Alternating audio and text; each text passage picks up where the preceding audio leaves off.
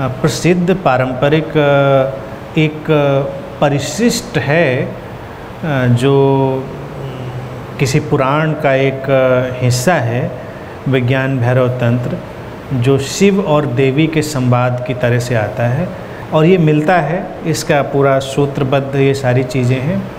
रचनाकार की जो बात है ये अपने आप में बहुत कमाल की चीज़ है। भारत में जो बुद्धों की परंपरा रही, ऋषियों की, बुद्धों की, वो इतने गहरे और इतने महान थे कि कभी कभी उनसे बहुत मुझे प्रेम महसूस होता है कि वो अपना क्रेडिट ही नहीं लेते, कभी नाम ही नहीं देते कि किसने कहा। आजकल तो कोई स्टूपिड सा कोई कोटेशन लिख दे तो उसके नीचे अपना बड़ा भारी नाम चिपकाएगा कि मैंने कह दिया। कुछ सज्जन होते हैं, एक सज्जन एक बार मुझको मिले थे तो उन्होंने अपने ऑफिस में कई सारे कोटेशन लगा रखे थे कि भगवान बुद्ध ने, भगवान महावीर ने, विवेकानंद ने, महात्मा गांधी ने, और फिर उन्होंने भी कुछ कहा जिससे पता चल जाए कि वो भी उसी लाइन में है।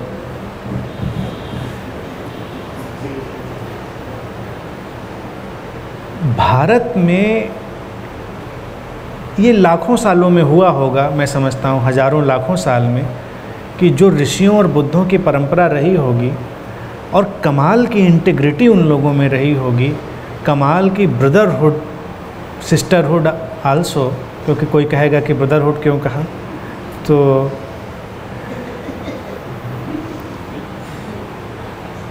कि उन लोगों ने आपस में मिलकर तय किया होगा कि ज्ञान पर्याप्त है, और जब हमने ये परम ज्ञान ढूंढ लिया है और सबने उसको एक ही जैसा पाया, जैसा मैंने पाया वैसा आपने पाया, वैसा उन्होंने भी पाया, तो इस पर किसी का नाम डालकर इसको संप्रदाय में या धर्म में बदलने की ज़रूरत नहीं। उपनिषदों का रचनाकार आपको कोई नहीं मिलेगा। कहा किसी ने, ऋषियों ने कहा, किस ऋषि ने? किसी ऋषि का अगर मान लो वर्णन भी आ गया, दैट इज़ आल्सो सिंबॉलिक। और भारत में एक और कैरेक्टर रचा इन लोगों ने, Shiv. Shiv is nobody, Shiv is pure symbol. लेकिन आप देखेंगे कि शिव और देवी के संवाद के नाम पर आपको कई कमाल की चीज़ें मिलेंगी।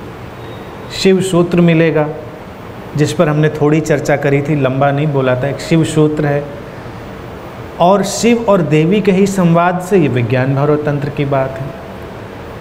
तो कोई कहेगा शिव ने कहा, but Shiv is not one person. Shiv is not one person कि कोई एक व्यक्ति था।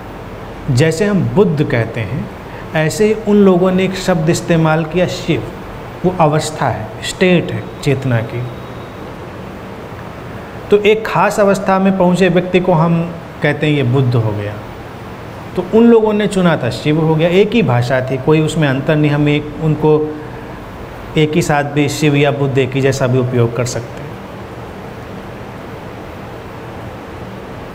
अब अगर विज्ञान भैरव तंत्र में 112 विधियाँ हैं, ऐसी विधियाँ हैं, जब हम सारी विधियों पे बोल लेंगे तब आपको हैरानी होगी कि कुछ विधियाँ तो भविष्य के लोगों के लिए हैं, द कमिंग जनरेशन के लिए, उनको अभी शायद लोग अप्लाई भी ना कर पाएँ। कुछ पहले के लोगों के लिए कुछ विधियाँ ऐसी भी हैं उसमें जिनको शायद अब लोग मुश्किल से कर पाएँ, वो पहले के लोगों के लिए बहुत ईजी थी। कुछ बहुत कंटेम्प्रेरी हैं। और इन 112 विधियों पे एक आम सहमति बनी होगी कि भाई इतना पर्याप्त है, 112, ये कंप्लीट सेट आ गया चीज़ों में। तो ये एक दिन में नहीं आया होगा। मेरी इंसाइट ये कहती है कि इसको आने में हज़ारों लाखों साल लगे होंगे। अनेक अनेक गुरुओं ने, अनेक अनेक बुद्धों ने उसको खोजा होगा और निष्कर्ष पे पहुँचे होंगे कि ये चीज़ आ गई, और उसको कंपाइल करते गए। जिस दिन उनको लगा कि ये सेट पूरा हो गया, कि अब इसमें कुछ और जोड़ा घटाया नहीं जा सकता, तो वो शिव और देवी के संवाद के नाम से कहीं फिट कर दिया गया। लेकिन वो शिव कोई एक व्यक्ति नहीं है, वो अनेक गुरुओं की एक परंपरा है जिसमें हम एक नाम फिट कर देते हैं।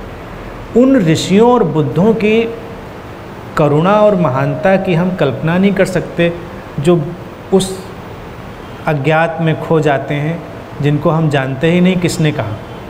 बस हम ये जानते हैं शिव ने कहा, शिव और देवी का संवाद। तो ये ऐसे ही, और ये भारतीय दर्शन का सबसे देखा जाए महानतम एक तथ्य है जिसकी बड़ी खूबसूरती है।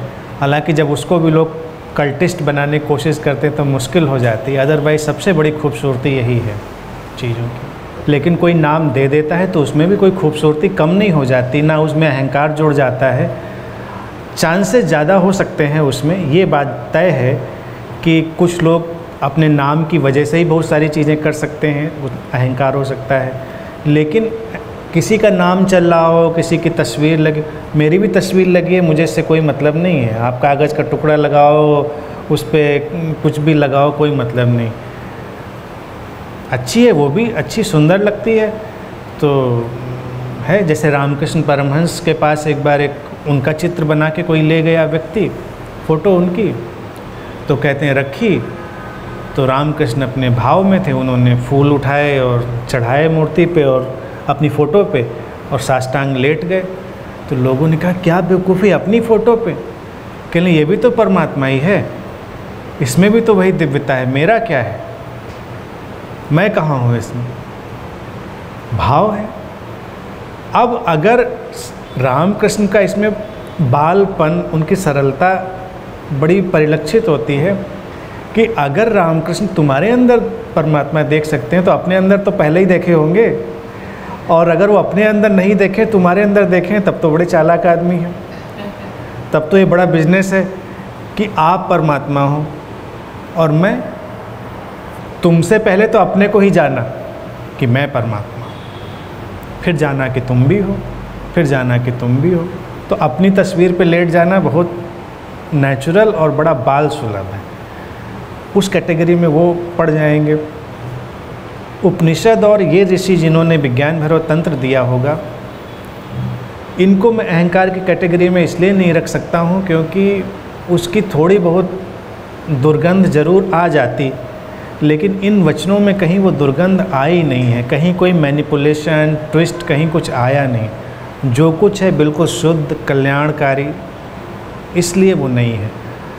हो सकती है, लेकिन जब होगी तो इतना पक्का है कि उसमें कुछ न कुछ ट्विस्ट और कुछ न कुछ दुर्गंध आ ही जाएगी। उन सब ने अपना नाम किया है, कबीर कहता है या नामदेव कहते हैं या मीरा कहती है। ये जिन लोगों ने ये कहा, देखिए वो उसका भी एक ढंग है, उसमें कोई अहंकार नहीं है। क्योंकि अब अगर कबीर कह रहे हैं, नामदेव कह रहे हैं, रैदास कह रहे हैं, कोई भी कह रहा है, तो वो कह देते हैं सिंपली। अब इतने कॉम्प्लिकेशन में वो क्यों पढ़ें कि वो कुछ और कहें कि शिव कह रहे हैं या बुद्ध कह रहे हैं, तो वो और कॉम्प्लिकेशन हो जाएगा। वो सरलता है कबीर में क्या अड़चन है, इतना नाम बदलने की ज़रूरत क्या है। देखिए नाम भारत में एक बड़ी विचित्र चीज़ रही है, नाम ज़्यादातर या तो सन्यासी बदलते हैं या क्रिमिनल्स बदलते हैं। साधु सन्यासी 2-3 नाम बदल डालते हैं या क्रिमिनल्स बदल डालते हैं।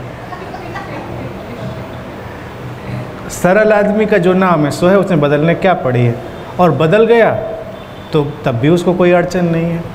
तो इन लोगों को मैं ऐसी दृष्टि से देखता हूँ कि कबीर है तो कबीर ही कह दिया, आप क्यों उसमें झंझट में पड़े कि वो कहता है या ये कहता है। टेढ़ा हो जाएगा रास्ता, वो कॉम्प्लिकेटेड हो जाएगा।